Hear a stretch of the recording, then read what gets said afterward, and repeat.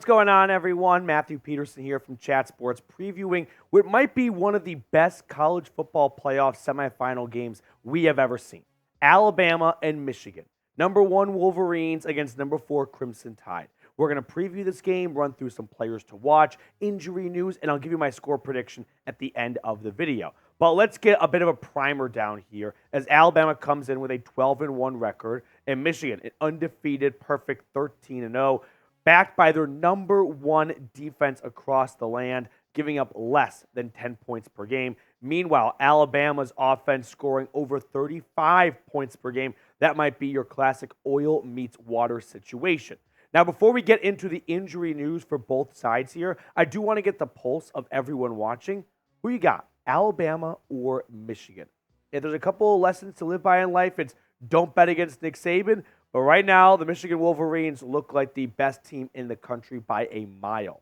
Now, let's get into some injury news here. As always with college football, it's tough to get accurate injury updates, but cornerback Kool-Aid McKinstry, he suffered a concussion in the SEC championship game against Georgia, although it appears he should be available on New Year's Day against the Wolverines. And then running back JJ McCarthy, their number 1 rushing leader, he went down with a foot injury in the Iron Bowl. He was later seen in a walking boot. He did not play against Georgia in the SEC championship game, but Nick Saban expects that McClellan will be available against Michigan. So 2 top players for Alabama expected to go. As for the Wolverines, they come in with not a whole bunch of blacks and blues here. Quarterback JJ McCarthy suffered an ankle injury against Penn State. He did not miss any time, and he said he is 110% following a couple of weeks of getting healthy. As for DB Will Johnson, he went down against Ohio State. Did not see him in the Big Ten championship game against Iowa with an unspecific leg injury. Fingers crossed he could be good to go, but it remains to be seen whether or not Will Johnson will suit up for a guarantee. Now, all-time record between these 2 teams here. Alabama leads the series 3-2, so these 2 sides do not have a whole lot of recent blood or a whole lot of recent matches to go off of, but they are 2 of the blue bloods in college football. Alabama, meanwhile, all-time college football playoff record, 9-4. Meanwhile, Michigan under Jim Harbaugh still looking for that first win, losing in the semifinals 2 straight years and trying to avoid 3 straight semifinal departures. Now let's look at what the resume is for Alabama this season. Their notable results. They started the year off with a home loss to Texas, 34-24, and then they took down Ole Miss, Tennessee, LSU, and then finally Georgia in the SEC championship to lock up the number 4 spot in the playoffs. As for Michigan's notable results, they had a bit of an easier schedule, I think we can all agree on. They played Michigan State. They beat the heck out of their little brother. They took down Penn State on the road. They beat Ohio State at home. And then finally, they shut out Iowa 26-0 in Indianapolis in the Big Ten championship. Now, we're going to get to know some of these players a little bit better in just a moment. But today's show is made possible thanks to our awesome sponsor, Prize Picks. Now, if you're unfamiliar with Prize Picks, let me get you caught up to speed. It's daily fantasy made easy. The way it works is you pick 2 to 6 players, and then you choose more or less on their projected stats. So here are my 2 selections for the Sugar Bowl between Washington and Texas. I like the more on Michael Penix at 2.5 passing, rushing, and receiving touchdowns. And then I like the more on Xavier Worthy at half a rushing or receiving touchdown. Now, you could obviously maybe make some selections for Michigan or Alabama, but sometimes when you've got a horse in the race or it's a great matchup, it's fun to just sit back and relax and watch the game. But if you want to put a little skin into it, make sure you go to prizepicks.com/CLNS and use code CLNS for a first-time deposit match up to $100. Now, that link for everyone is in the comments and description of today's video. Let's compare the 2 quarterbacks in this game. JJ McCarthy comes in as one of the most accurate passers in college football, completing nearly 75% of his passes for 2,630 yards, 19 touchdowns, and 4 interceptions. Meanwhile, Jalen Milroe had a bit of a rocky start to the season, but he has really calmed the waters over the last 2 months or so. He's completed 65% of his passes for 2,700 yards, 23 touchdowns, 6 interceptions, and that does not even include what he's able to do on the ground with his legs. Now, who do you think the better quarterback is, JJ McCarthy or Jalen Milroe? Jalen Milroe might get more votes, which is kind of surprising because if I told you after that USF game, you would definitely say JJ McCarthy. Jalen Milroe might not be the starting quarterback in a week or two.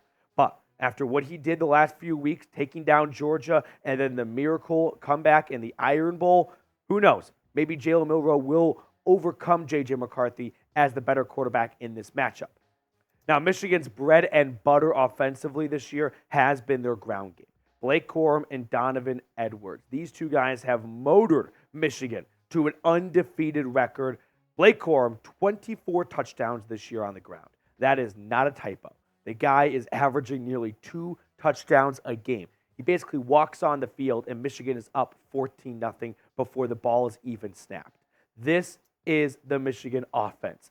If they are going to win this game over Alabama, I don't think it's going to be because J.J. McCarthy throws 4 touchdowns and 400 yards. No, it's going to be Blake Corum and Donovan Edwards running over this Alabama defense and setting up plays for J.J. McCarthy over the middle of the field to catch Alabama sleeping on play action. This is the way Michigan's going to win this game if they do come out on top.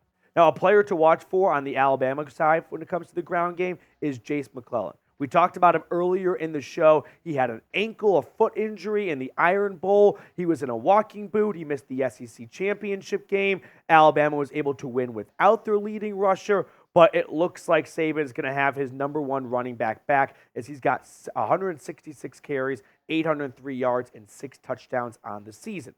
Now, Alabama is always known for having great wide receivers, right? Jerry Jeudy, Devontae Smith, Henry Ruggs. They've had a lot of really successful wide receivers the last couple of years. This year, it's still successful, but it's not as successful. Isaiah Bond, I would say, is their number one guy. Jermaine Burton's also right there with him. But these two players, this is the Alabama air game, right? They don't have an elite tight end like Brock Bowers, but they've got 2 really special receivers in Burton and Bond.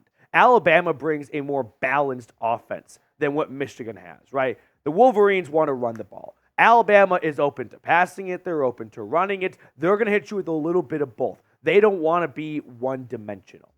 Now, before we get on to the rest of our preview today, if you're looking for a college football YouTube channel, you have come across the right channel. Make sure to subscribe to Chat Sports. We've got well over 300,000 subscribers. So if you want to join one of the fastest growing sports YouTube communities out there, hit the sub button down below.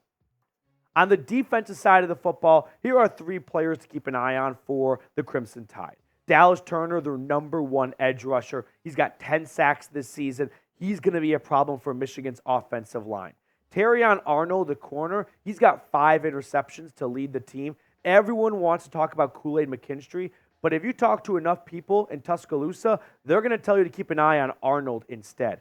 And then Chris Braswell, a linebacker who's got 3 forced fumbles, just stalking over the middle of the field.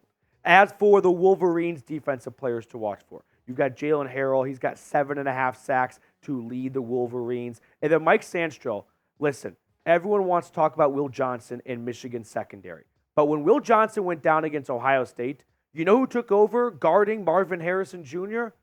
The DB in the middle of the screen who has 4 INTs on the year. He started his career off as a wide receiver in Ann Arbor, and then he made the switch to DB, and he has been balling out ever since. And then finally, a linebacker for Michigan with 3 forced fumbles is Michael Barrett, a name to keep an eye on in the middle of that defense. Michigan's path to victory, though, in my eyes, is continue their domination on the ground and limit the big plays from Jalen Milroe through the air. Michigan's undefeated for a reason. If it ain't broke, don't fix it. They have run the ball very well this season. That should continue to be their path to victory, and they just don't want to give up too many big plays from number 4, Jalen Milroe. As for Nick Saban and the Alabama Crimson Tide, make JJ McCarthy beat your secondary. You got 2 first-round corners and Terrion Arnold and Kool-Aid McKinstry. Put your faith in those guys. Try to limit and reduce Michigan's ground game and force J.J. McCarthy to beat you through the air. And finally, when you got 2 juggernauts like this, I think a lot of people get so focused on offense and defense, they forget about a third of the game, special teams. And that could be the ultimate coin flip here when you've got two evenly matched teams. So predict the score for me down below. Michigan versus Alabama. I'm going to give you my score prediction on the other side of this, but I do want to know what your score prediction is down below. I'm going to take the Wolverines. I got Michigan winning this one in a close one. It might be one of the best college football playoff games we have ever seen. 27-24 Wolverines. That's my score prediction. Make sure to subscribe to the channel if you have not already. Lock yourself in for the best college football content in all the land right here at Chat Sports.